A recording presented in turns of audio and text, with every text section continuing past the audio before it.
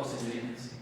Buenas noches, profesor, compañeros. En esta oportunidad vamos a exponer el capítulo 2.2 titulado Polarización eléctrica y relajación en campos eléctricos estáticos. Primero comenzamos con el 2.1, que es polarización eléctrica y relajación en campos eléctricos estáticos. La polarización eléctrica se va a referir a un fenómeno en el cual va a ocurrir un desplazamiento relativo tanto de las cargas negativas como positivas de los átomos a las moléculas. Esas direcciones de estos átomos van a interferir en un campo eléctrico y además de la separación de los portadores va a ser causado por un campo eléctrico externo a este. Esto puede considerarse como una redistribución de carga en un material causado, como ya lo dije, por un campo eléctrico externo. Todo el proceso de polarización va a provenir de expensas de la energía potencial, donde esa energía potencial existente va a disminuir en cuanto a la polarización que se va a realizar entre ellas. Para ello se va a necesitar la ley de Gauss y el flujo eléctrico va a ser igual a la carga neta total encerrada, donde el flujo eléctrico, según la ley de Gauss, el flujo eléctrico va a ser igual a la integral cerrada del campo eléctrico por el elemento del área, que esto nos va a dar igual a la carga neta encerrada sobre la permitividad, que es 8.85 por 10 a la menos 2. Por un ejemplo, vamos a utilizar un sistema simple compuesto por dos placas metálicas A y B que van a ser paralelas.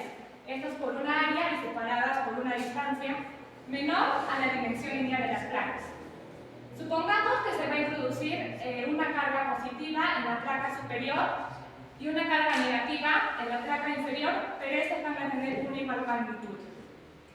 Por ejemplo, aquí tenemos la diferencia de potencial entre ellas, que es V, que es proporcional a carga, donde carga es igual al condensador por el voltaje. Esto quiere decir que el voltaje, al mayor sea el voltaje o la capacitancia, mayor va a ser las cargas almacenadas en ellas. Luego, donde C viene a ser la capacitancia, que es la constante de proporcionalidad. Al denotar la densidad de la carga superficial, las placas, como la carga, tenemos que la carga va a ser igual a la densidad superficial por el área. Esto nos va a dar a la densidad superficial, que es igual a la carga sobre el área.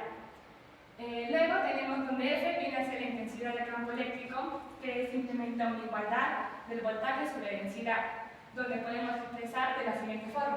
La capacitancia va a ser igual a la permitividad por el área sobre la distancia, donde nos va a indicar la capacitancia de cada material de la placa. Vamos a obtener que la carga va a ser igual a la permitividad por el área sobre la distancia por el voltaje. Esto quiere decir que en las áreas del material de las placas, mientras la permitividad de las placas del material van a ser inversamente proporcional a la distancia de las placas, ya sea A o B, donde la permitividad del material entre dos placas, que es igual al cociente de la densidad, aquí podemos observar la permitividad es igual a la densidad superficial sobre la intensidad del campo eléctrico, donde la formación del campo eléctrico va a depender de las placas del material. Continuamos con lo que es el espacio vacío. En sí, el espacio ideal vacío en la Tierra no existe, sin embargo, con la tecnología se ha logrado llegar a un espacio vacío que es de 10 a la menos 14 torr. Sin embargo, en este todavía se encuentran 300 partículas por centímetro cúbico. Para el espacio vacío es importante saber qué es la permitividad. Bueno, aquí tenemos un diagrama donde podemos ver dos placas, una con carga negativa y otra con carga positiva. Podemos ver que el campo eléctrico está dirigiéndose de la placa positiva a la placa negativa separadas por una distancia d.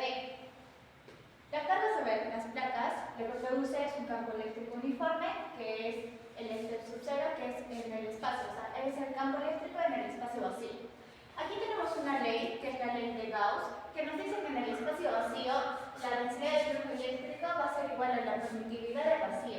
La permitividad del vacío es una constante que es 8,85 por 10 a la menos 12 y es multiplicado por la intensidad del campo eléctrico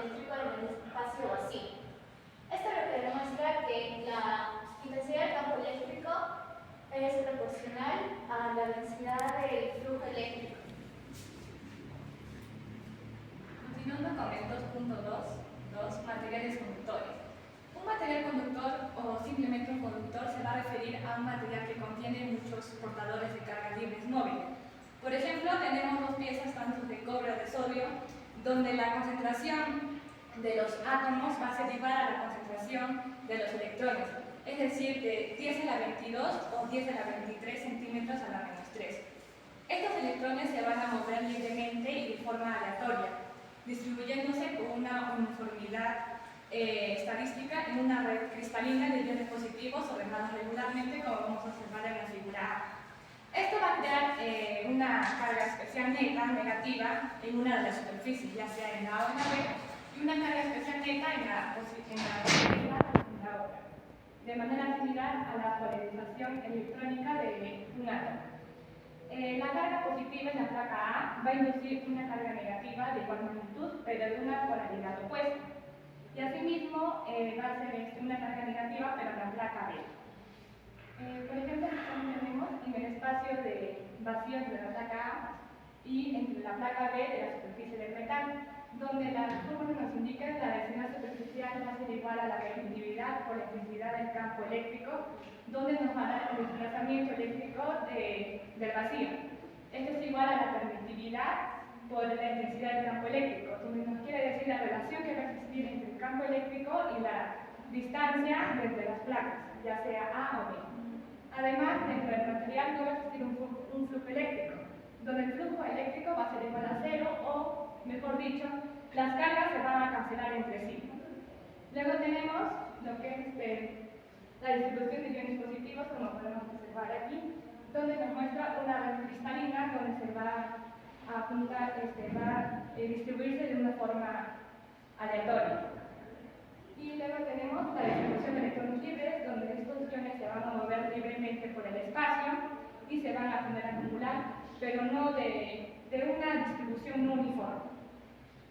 Luego, en las cargas netas en las superficies del conductor metálico, el exceso de electrones en una de las caras del material va a incidir que la otra opuesta tenga diferentes cantidades.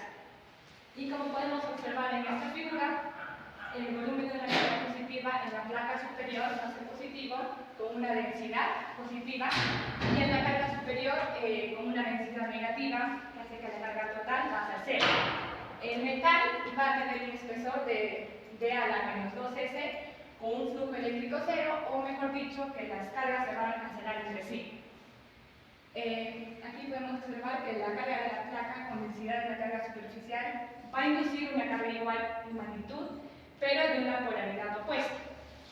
Este resulta un campo eléctrico nulo dentro del conductor. O mejor dicho, el metal, la permitividad infinita, únicamente en campos eléctricos estáticos. En cambio, bajo un campo variable en el tiempo o un campo alterno a las cargas inducidas en la superficie del metal no van a seguirse instantáneamente en la variación del campo. En este caso, la permitividad ya no va a ser infinita, sino que va a tener un valor finito, porque las cargas se van a cancelar entre sí de acuerdo al metal y su espesor. Continuamos con el punto 2.23, que son los materiales dieléctricos. ¿Qué es un material dieléctrico? Este es un material que no conduce electricidad, pero que sí puede ser polarizado bajo un campo eléctrico. Como vimos, la permitividad es una propiedad eléctrica fundamental de los materiales dieléctricos y se representa por medio de la siguiente fórmula, que es la permitividad relativa va a ser la razón entre la permitividad absoluta y la permitividad en el vacío. Esta depende de la frecuencia del campo alterno y además de las propiedades físicas que tiene el material dieléctrico. Es decir, en diferentes materiales dieléctricos esto va a ser muy diferente. Algunos tipos de polarización que se mencionan son la electrónica, la iónica, que son las que tienden a... son menos tiempo en el que se realiza la polarización. En cambio, en la dipolar, espontánea y de carga espacial, el tiempo es mucho mayor. Como se dice, el grado de polarización general va a depender de la variación temporal del campo eléctrico. Okay. ¿Qué es lo que sucede y cómo se realiza esta polarización en un campo estático? Aquí podemos observar donde tenemos diferentes placas positiva y otra negativa. Si colocamos un material dieléctrico entre ambas placas, es decir, ideal. ¿Qué puede ser ideal? Pues sin cargas libres. Pero en sí no existen materiales ideales. Entre dos placas ocurre que una parte de la carga de las placas se asocia a la polarización dieléctrica. Y estas son las cargas ligadas. En cambio, el resto de cargas que siguen son las cargas libres. Y esto lo que genera es que las cargas libres producen un campo eléctrico y un flujo eléctrico. En cambio, las cargas ligadas lo que producen es la polarización. En este diagrama podemos ver que después de la polarización, lo que sucede es que se forman dipolos. La carga positiva se atrae a la placa negativa y viceversa. Las cargas negativas se atraen a la placa positiva. Tenemos una fórmula que es la polarización que se genera de esto, que es la permitividad de vacío por la susceptibilidad eléctrica. ¿Qué es la susceptibilidad eléctrica?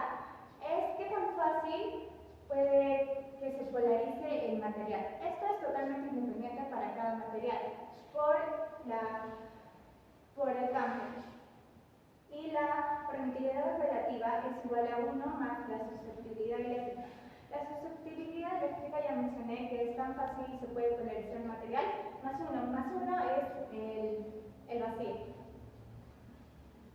Existen dos tipos, la polarización rápida y la lenta. La rápida causa desplazamientos elásticos en ondas electrónicas, en cambio la lenta lo que involucra es la orientación de dipolos, como lo vimos en el diagrama anterior, o movimiento de portadores de carga. La pérdida eléctrica es la energía que se disipa cuando el material se polariza y solo ocurre durante el proceso de transición. ¿Qué es lo que sucede después de este proceso?